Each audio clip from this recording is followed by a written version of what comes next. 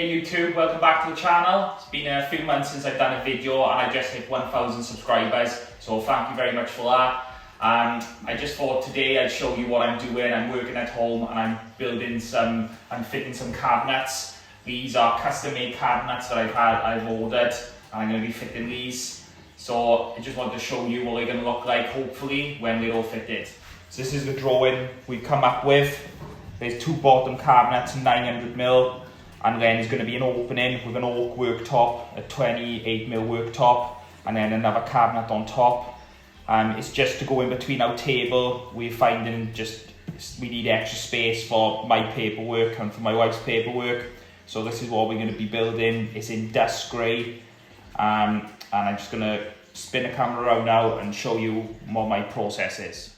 So this is the first cabinet. I've actually put the legs on this ready, and I've also took the back out. I didn't want it to be any deeper with the back on, so I just decided to take the back off, and also to give me access to the plug socket, because this cupboard is going to be for where we keep the printer.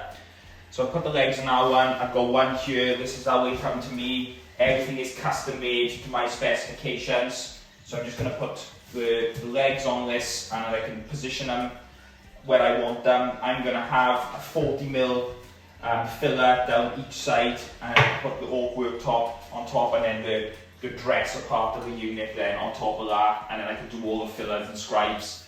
I've already set up where I'm going to be working. 90% of the time I do actually work and do all the cutting in the room I'm working in, just because it's not possible for me to work outside because of the weather, or it's just no room for me to cut. I'm lucky I'm at home and I've got a big drive, and I've even got the gazebo set up just in case the weather turns bad.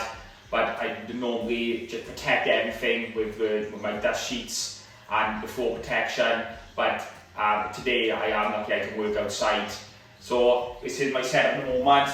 I use these mats. They're called Dusty Boys. They're great. They're on Instagram, and I got a few different sizes of them. So I got my hand tools and my drills. Then I've got this. This is my T-stack stack with the cart, and I've also got this custom-made MFT top that I just put my drills and other bits and bobs on.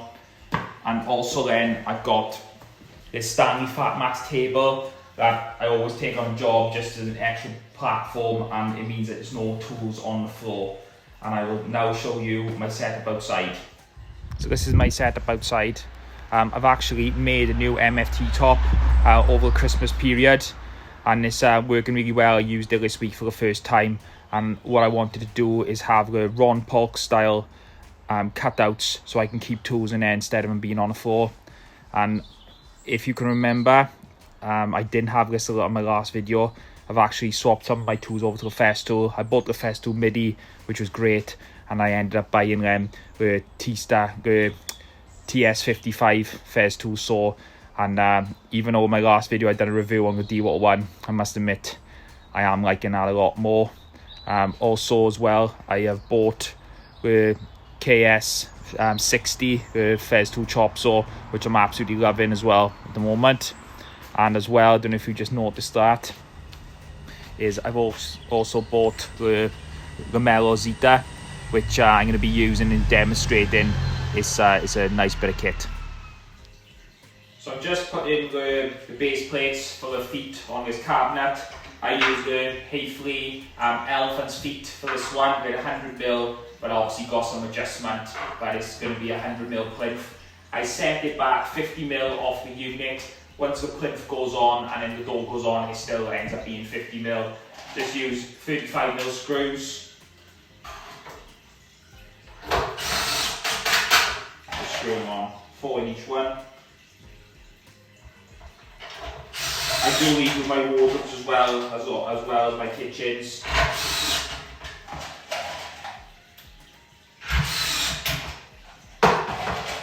So the good thing about that with the T-stack system is you can just leave around wherever I'm working, so nothing goes on the floor. I hate tools on the floor.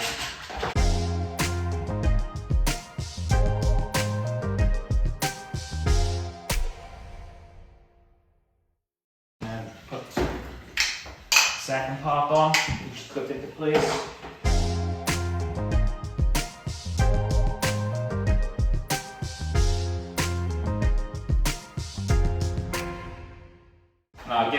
position and I set the laser line just to make sure that they equal, and then I can start fitting them to the wall.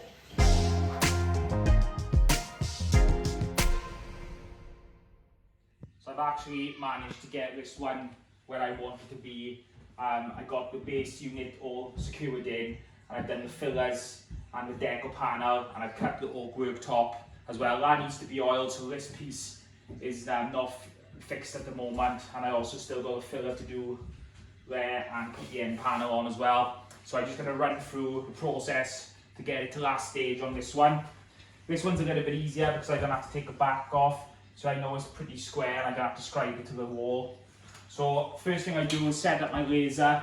I just put it on top of my workbench, and it's actually 7mm higher than what I want it to be. But what I do, I just get a block of wood and mark 7mm, so then I can reference off that instead, so I know it's going to be the same height as that one. That's all leveled up now. Just use a 2-foot level, if I can find it. 2-foot level on top, make sure it's level. I'm putting it up through the front as well. And same as that one, I want a 40mm scribe down the sides. I never do it tight just in case the wall is out really bad and it just doesn't look very good. It's just better to have a bigger filler than a smaller one. I'm just going to fix it to the back wall now using some space plugs. 2 will be fine, and then I can do the filler on the side and then put the deco panel and then cut the worktop.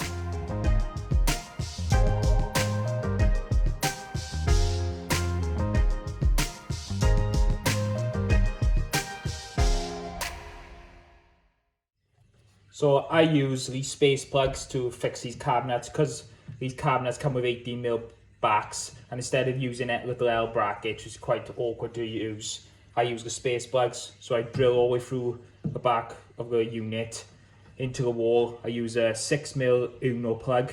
They're really good for plasterboarded walls, which these are. And then you can just put these into position. They're adjustable, they come in 2 different sizes. This is the large ones. Adjust it roughly to what it needs to be.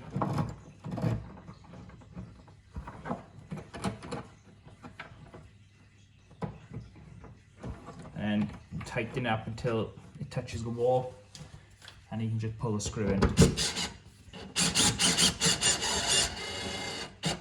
Like so, and that's not going anywhere. Next stage now is to scribe this filler into this gap, and what I use the U-scribe jigs. I will put a link in the description of where I get them from. They're a fantastic invention by 2 fitted furniture makers, the same as myself, Dan and Scott, and they are brilliant for doing this. They basically act as a third hand, so they will hold it perfectly in position with the 18mm offset, so then you can just scribe down the side and then it will perfectly go in to the space you want it to. So here's my filler. Just lock it in position, and now I just need an 18mm block or whatever scribing tool you want, and you just mark down the side and then cut there, and it will go back then 18mm because I want this to be flush with the outside of my unit. So what I'm going to use now, another great invention, this is the Swanky scribe. They come in 1mm increments, and it goes from 5mm right up to 30mm. So because I need this filler to go back 18mm, it's clearly stated on the block, and that's all I need to do is run it down. I would normally use masking tape, but I've run out the masking tape, so I would normally put masking tape on this just to protect the material a bit. So you just run it up there, mark it on the skirting, and then what I normally do is get my square, just so I can mark the top of the skirting so it's completely level. And then I use a compass then just to go in that little detail, that little scoop. And I could just cut that in. I normally do this on the table saw, and I would do the skirting bit with the jigsaw.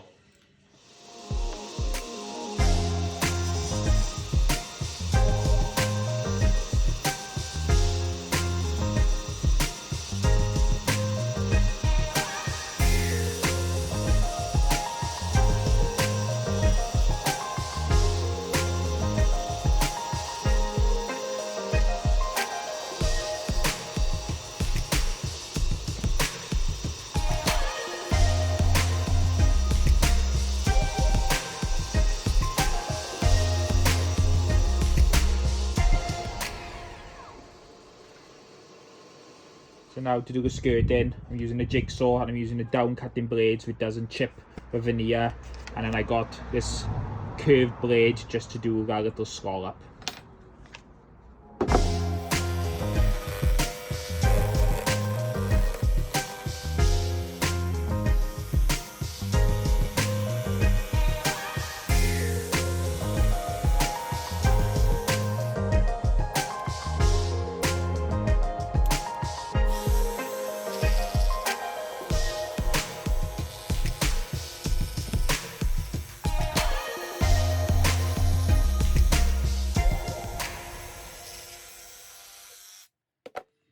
This is all cut now, just put it in position. So that fits nice. There's two ways of doing the fillers. You can either keep them flush with the unit, or you can bring them out so they flush with the door. I personally think it looks better when it's flush with the door. So how you do that is you've got to use a backing piece. So this is some MFC in the same colour. So what you need to do is you need to put that in first, and then have it so it's 3mm away from the unit, and that is because of the hinge side of the door. You need a clearance for the door to open. So if you bring that 3mm forward, once you put your filler on, it will be completely flush with the door and the door won't bind. So the next step now is to join these two pieces together, and then I can slide it in and then screw it from the unit into the backing piece. So now to connect that filler to the backing piece, normally what I would do is I'd use pocket screws from behind to fit the front filler, but I have got this new tool. This is called the Zeta P2. If you guys have never heard of it, Google it. It's an incredible machine. What I'm going to do with it is just the beginning of what you can do with it, and I use this when I'm doing a slide-in fitted wardrobes, but I just want to demonstrate because there ain't actually that many videos on YouTube about this tool, so I just wanted to show you what it can do. So this is how I need to connect it. So with the Zeta, it doesn't matter where you pull connections as long as you reference off the same face, and obviously they all mark up. So I just got in like roughly 100mm and then just evenly spaced them out. It doesn't really matter, you know, I'm just using 4. I probably don't need 4, it's a bit overkill, because these parts, especially the tensors, the tensors are quite expensive, and with Climax even more expensive. So I'm just going to cut these.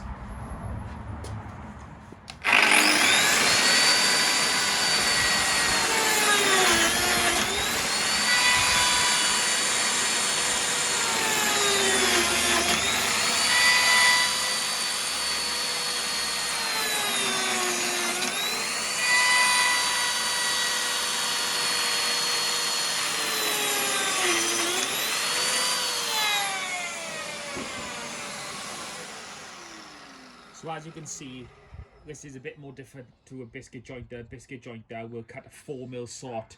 This cuts a 7mm slot, and that noise you hear is when it's at full plunge, it moves up and down very, very quickly to create that effect. And what that does is it allows you, this is called a tensor, to slot it in, and then that can't come out. It's a very, very clever bit of kit.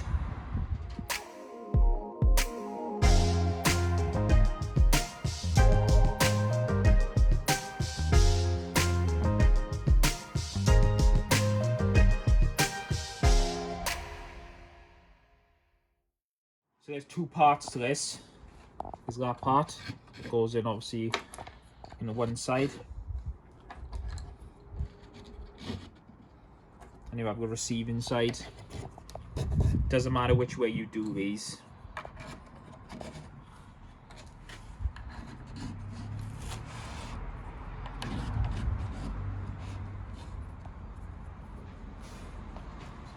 So these are called preloaders, and basically what that does, it makes it easier to clip together. So you pull them in first.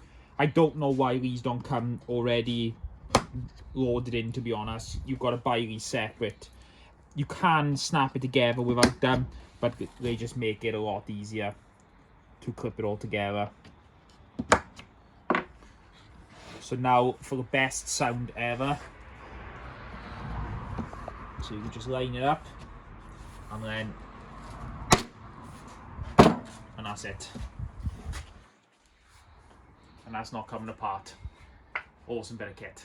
Last thing I need to do now to secure the filler to the unit, I got my multi-marker, the correct multi-marker. I set it at 21mm, and that's all I do is keep it on the front of the filler till it hits the unit.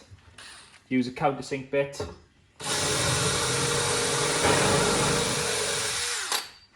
Like so. Use a 30mm screw.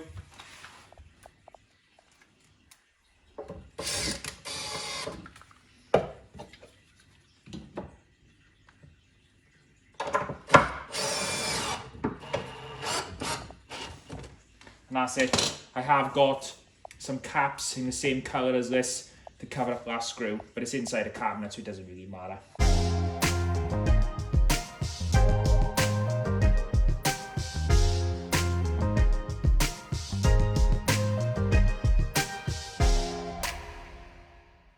So I'm just about to fit this end panel, and obviously it's oversized.